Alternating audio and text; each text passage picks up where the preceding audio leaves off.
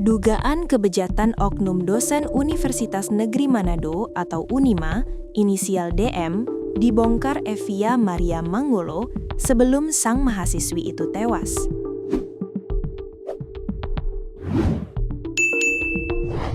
Sebelum ditemukan meninggal dunia, Evia Maria sempat menuliskan surat yang ditujukan untuk pihak universitas, Dekan FIPP UNIMA. Dalam surat tersebut, Evia Maria membongkar dugaan kebejatan dosen DM, terutama saat ia diminta masuk ke dalam mobil sang dosen.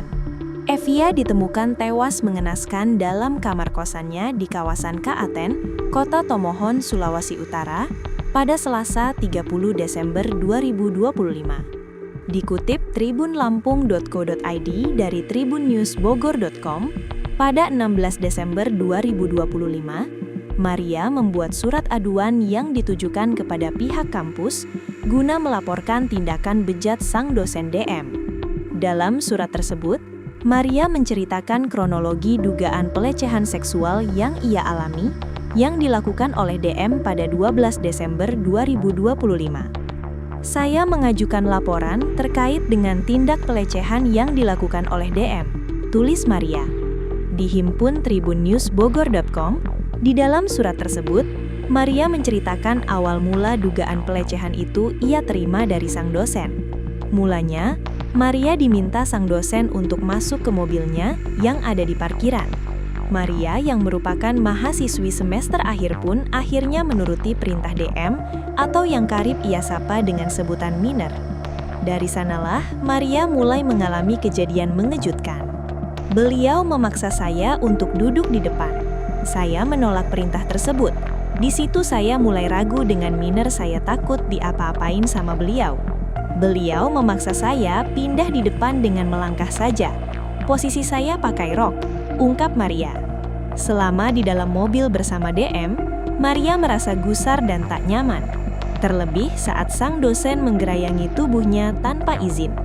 Setelah saya sudah di depan, mobilnya jalan lagi, sampai depan prodi psikologi. Di situ beliau sudah menurunkan sedikit kursinya seperti berbaring. Saya disuruh urut. Saya bilang ndak tahu bak urut, tidak bisa urut. Dikasih contoh oleh Miner, begini sapu-sapu saja. Posisi tangannya sudah mengusap-ngusap belakang saya.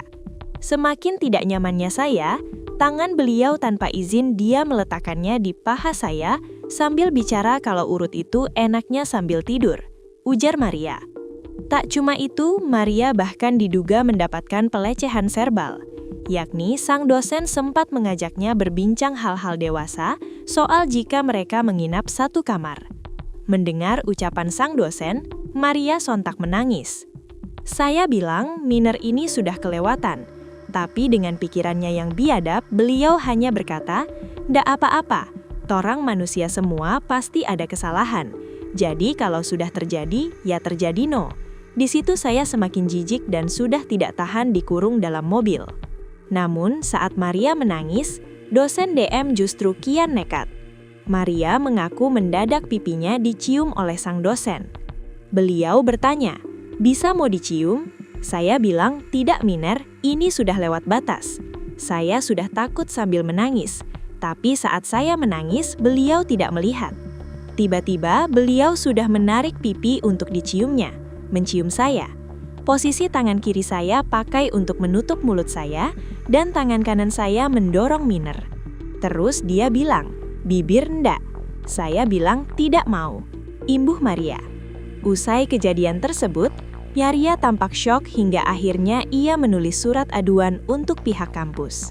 Di sisi lain, sebelum ditemukan tewas, Evia Maria sempat mengunggah beberapa unggahan di media sosialnya. Postingan terakhir Maria itu sempat dilihat oleh keluarganya, termasuk sang tante, Ketsia.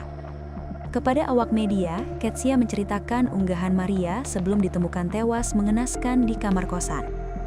Sebelum tanggal 25 Desember 2025, Maria sempat memosting dirinya sedang mandi di pantai bersama sang adik.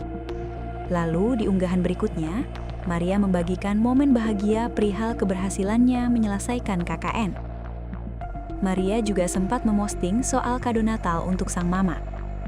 Ia unggah sesuatu seperti kertas, mungkin tanda berhasil menyelesaikan KKN, dan menulis kado Natal untuk Mama, Maria, ujar Ketsia. Sedianya Maria pulang ke rumahnya di hari Natal. Namun Maria akhirnya tetap tinggal di kosannya sampai menjelang tahun baru, lalu ia pun ditemukan meninggal dunia di kamar kosan. Maria tidak jadi pulang ke rumah karena tidak dapat tiket, imbuh Ketsia. Keluarga tak terima. Atas kematian Maria yang mendadak dan tak terduga, keluarga tak lantas menerimanya. Ketsia menceritakan temuan mengejutkan soal kematian sang ponakan. Keluarga syok menemukan adanya tanda tak biasa di jenazah Maria. Hal itulah yang mendorong keluarga akhirnya meminta agar jenazah Maria diotopsi. Ada tanda biru seperti luka, pungkas Ketsia dilansir dari Tribun Manado, Jumat 2 Januari 2026. Tanda luka itu terdapat di pinggang kiri dan di paha atas jenazah korban. Permintaan keluarga korban agar jenazah Maria diotopsi itu berkaitan dengan laporan kepolisian yang dibuat oleh keluarga. Pihak keluarga akhirnya membawa kasus kematian Maria itu ke ranah kepolisian.